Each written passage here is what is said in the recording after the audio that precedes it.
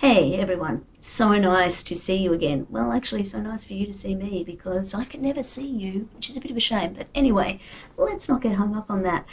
We're in week 6, so halfway through. Well, we will be by the end of this session, but there is absolutely a lot to do this week. So, what we're starting to do now is focus on the ways in which the legal profession is regulated, and along with the common law and the equitable principles that govern the way that lawyers are required to behave. We're going to focus specifically this week on the duties that we have to our clients, and we're going to continue on with that into next week as well, and actually, quite frankly, a little bit into week 8. In fact, there's a break between week 6, which we're in now, week 7. So we'll be basically spending the next period of time, the next 4 weeks, in real time on this topic. Before we get too stuck in, though, I think we do need to refresh a little bit about where the duties come from.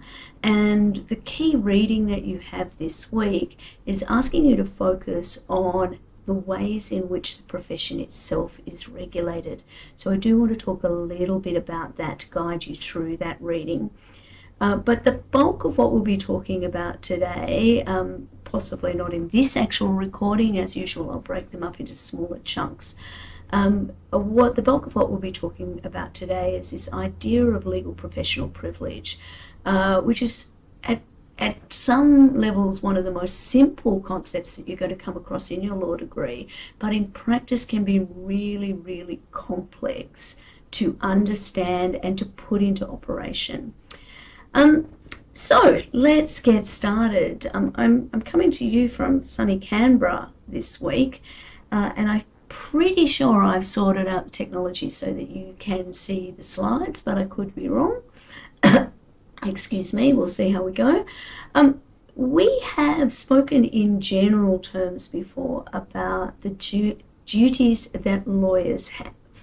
And in my kind of attempts here to animate this slide, I'm really trying to show the ways in which these concepts fit together. So we have this idea, and some of these are just basic moral principles when you think about it, or ways of being a good, ethical person. Clearly, lawyers are required to obey the law, to not abuse court processes, to avoid conflicts of interest, to act with honesty and candour, to conduct their cases efficiently, to keep information confidentially, and to act zealously for our clients. These duties fit together, but can be thought of as a kind of hierarchy, that while each of those duties impacts in some ways one of these higher order duties, we think about them as having this kind of hierarchy. A bit like, you remember we spoke briefly about Asimov's law of robots, and the work that's being done by various international organisations at the moment to identify how AI should be governed and how these interfacing laws work. This concept is actually quite similar in its hierarchy of duties. So we have, as lawyers, general duties to others, to the world. That duty to be a good person, to do the right thing. But to the extent that doing the right thing, for example, in disclosing some information that might be detrimental to our client because it's the right thing to do, we cannot actually override our duty to the client. But there are duties that are more important than our duties to the client. For example, the duties that we have to the court, and number 1 on the hierarchy, so the duty that trumps them all, is the duty to obey the law. So often talking about that duty to the world at large, duty to third parties, a good example that is often used is when there is an obligation of confidence to your client. So there's a video that I'm going to point you to. In fact, I may even include it in the lecture materials with when we talk about legal professional privilege, that talks about the conflict of these duties. The particular video I have, because it's video and it's easy to share, is relatively old now in an American case, but very similar situation could arise here. In short, some lawyers who are interviewed learned that a client of theirs had committed a murder. And so clearly in that particular case, there is some urgency in finding out, for the courts to find out who the proper person was, or who the actual person was who had committed the murder. But because that information had been disclosed to them in confidence, and the client had not waived any rights that they had to have that information kept in confidence, the lawyers were ethically bound and bound by the regulations of their professions to keep that information secret. And so because they weren't acting in any way that meant that they had a duty to the court to disclose that information, and the law in fact required them to maintain their client's secret, the client's secret could not be disclosed. And it was only after their client was deceased that they were able to share the information, even though the consequence was that an innocent man spent a substantial amount of time in jail for the murder that was actually committed by these lawyers' client. Now, there are some circumstances where the duty to others may actually result in the requirement to do something, to say something, even though it would be in breach of one's duty to the client. But it's not because we have a higher order duty to others. In fact, we don't. We will always have a greater duty to our own client. It's because the law requires us to.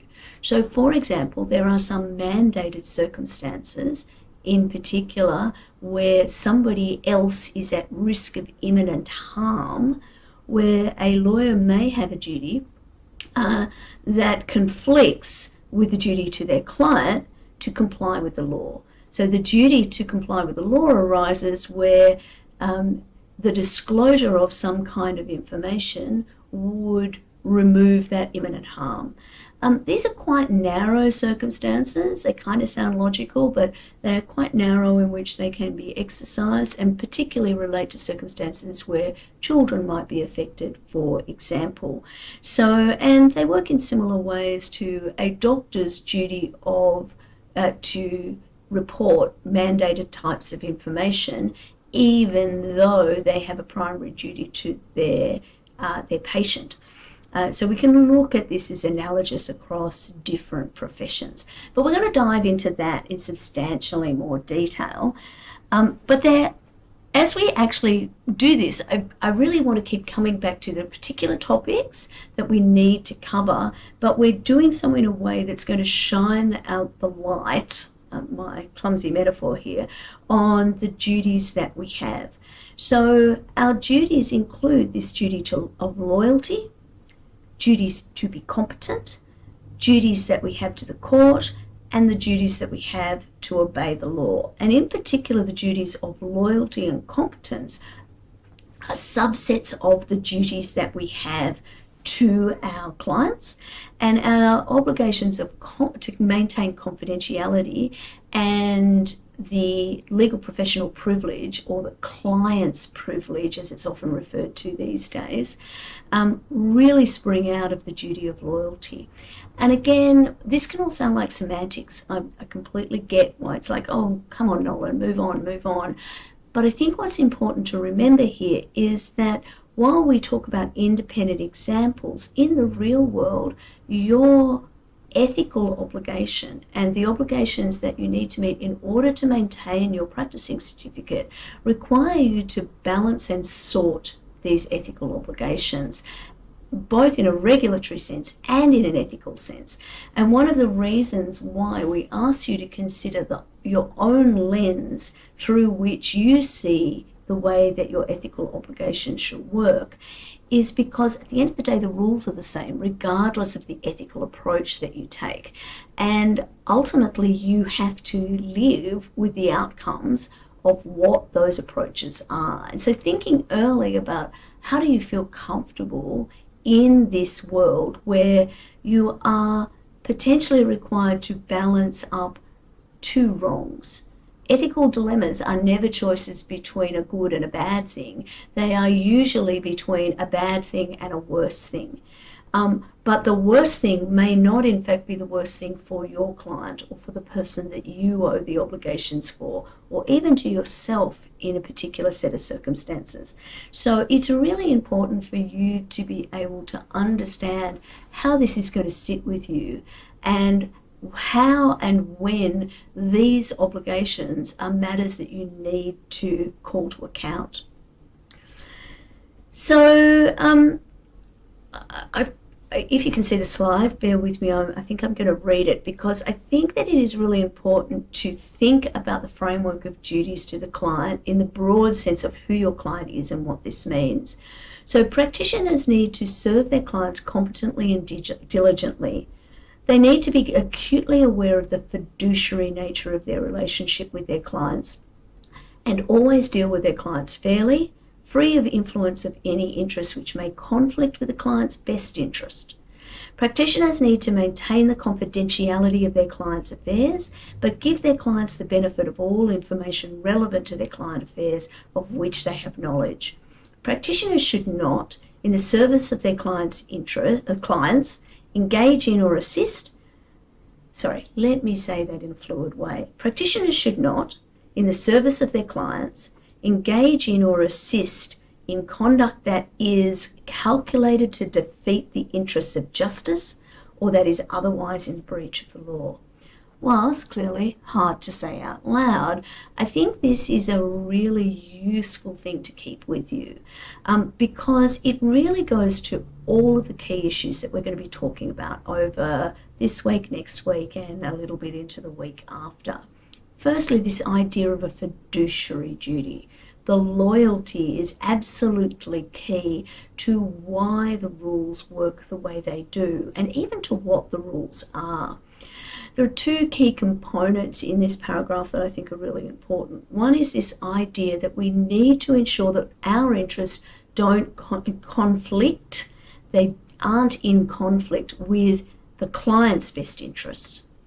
Secondly, that we need to maintain the confidentiality of our clients, but at the same time, we need to make sure that all of our clients get the benefit of all information that can be relevant to their affairs.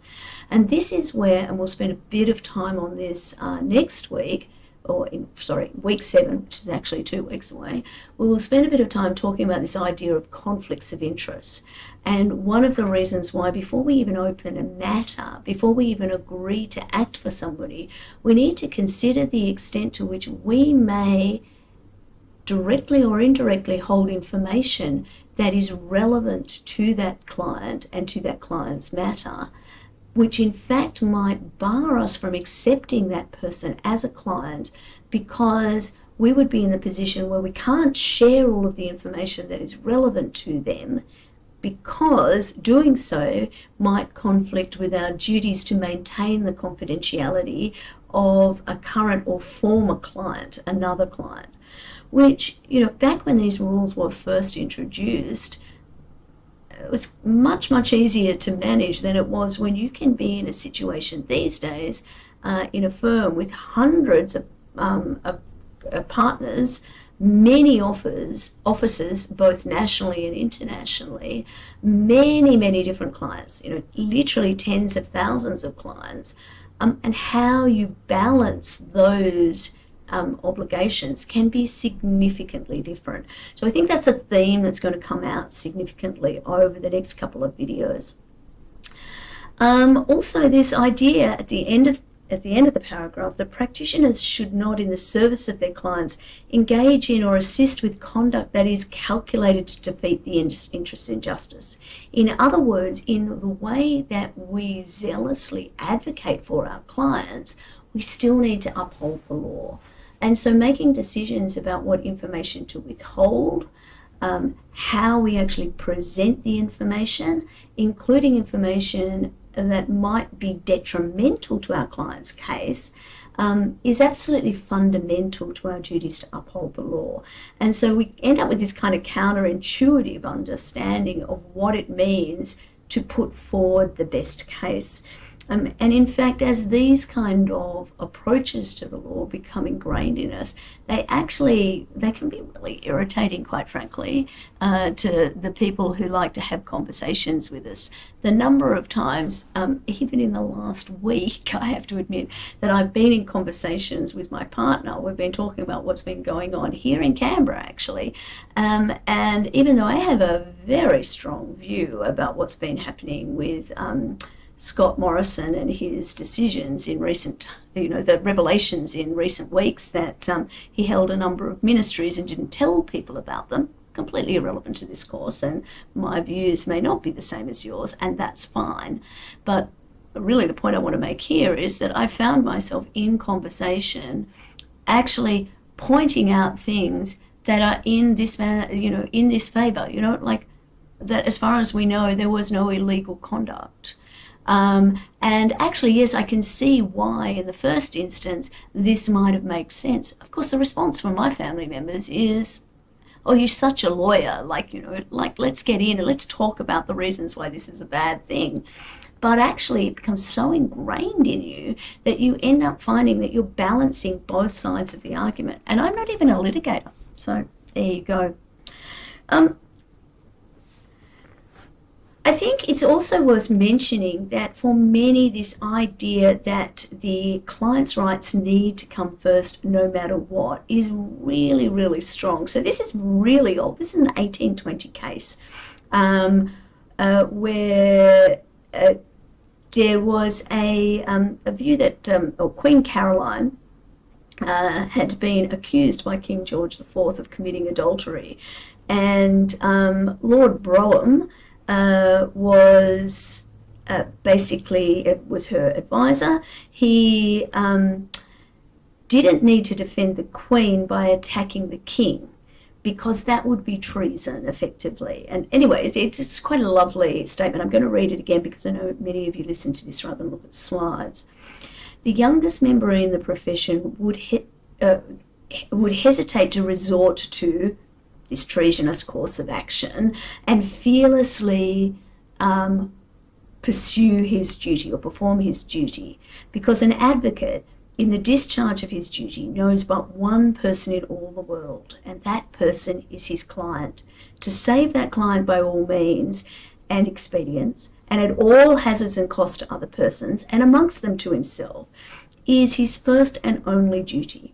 And in performing this duty, he must not regard the alarm, the torments, the destruction which he might bring upon others. He must go reckless of the consequences.